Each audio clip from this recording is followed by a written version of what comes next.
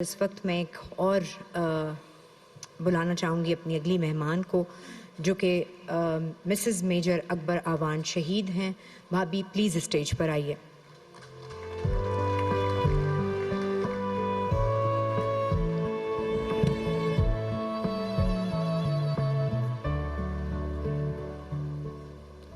بڑا کرب اور بڑی اذیت ناک ہے یہ زندگی، جب زندگی لمبی ہو اور خوشی اتنی کم۔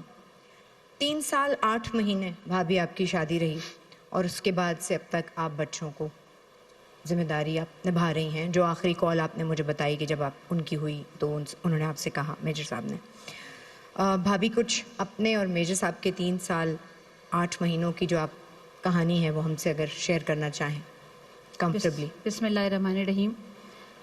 معزز حاضرین کرام، السلام علیکم۔ اس وطن کی ایک بیٹی، ایک ماں، ایک بہن آپ سے مخاطب ہے کہ جس کے سر پر وہ فخر کا تاج ہے کہ وہ شہید کی بیوہ نہیں، بیوی ہے۔ اس لیے اللہ پاک قرآن میں خود فرماتے ہیں وَلَا تَقُولُوا لِمَنْ يُقْتَلُ فِي سَبِيلِ اللَّهِ أَمْوَاتٌ بَلْ أَحْيَاءٌ وَلَكِنْ لَا تَشْعُرُونَ۔ اور وہ لوگ جو اللہ کی راہ میں مارے جائیں انہیں مردہ نہ کہو، بلکہ وہ زندہ ہیں، لیکن تمہیں اس کا شعور نہیں۔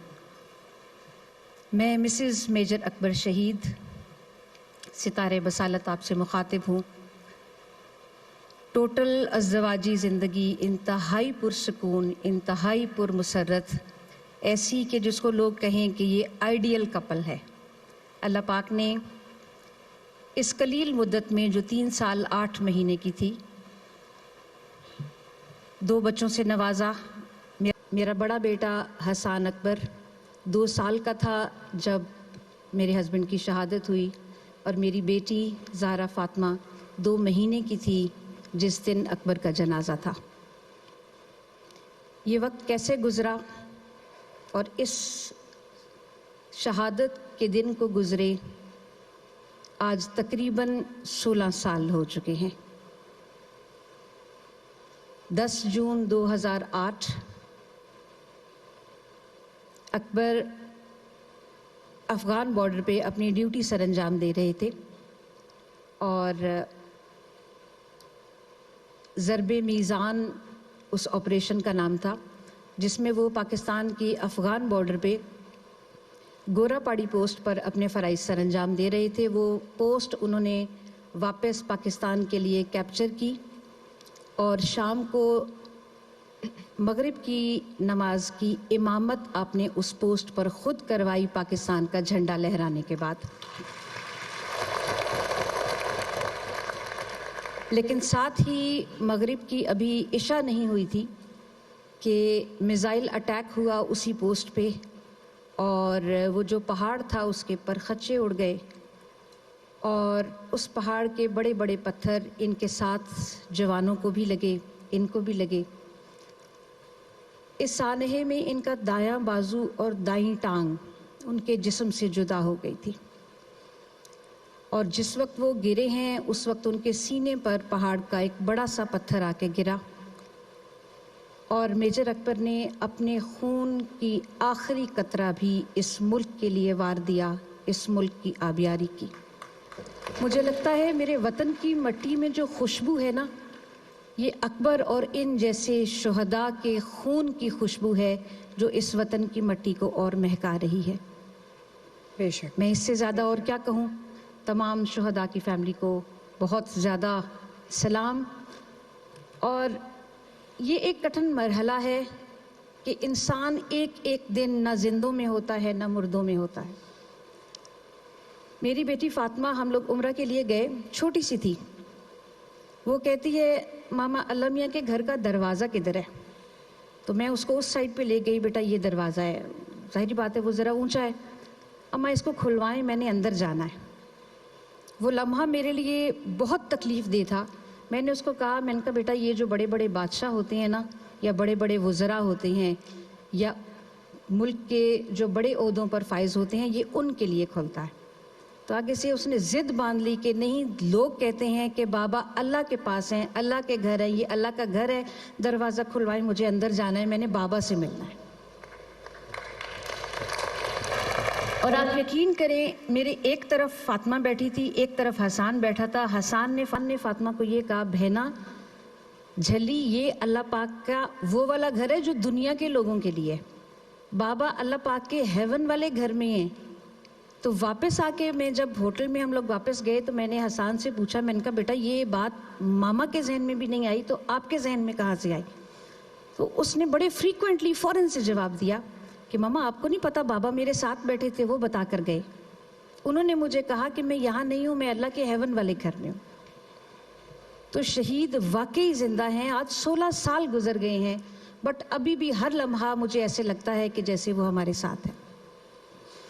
بیٹی تھوڑی سی ایکسٹروورڈ ہے، وہ کسی نہ کسی طرح اپنا کیتھارسس کر لیتی ہے، کبھی بابا کے نام کارڈ بن رہا ہوتا ہے، کبھی بابا کے نام لیٹر لکھا جا رہا ہوتا ہے، کبھی بابا کا پورٹریٹ بنایا جا رہا ہوتا ہے، کبھی بابا کے لیے کوئی نظم لکھی جا رہی ہوتی ہے، تو وہ اس طرح سے اپنا کیتھارسس کر لیتی ہے۔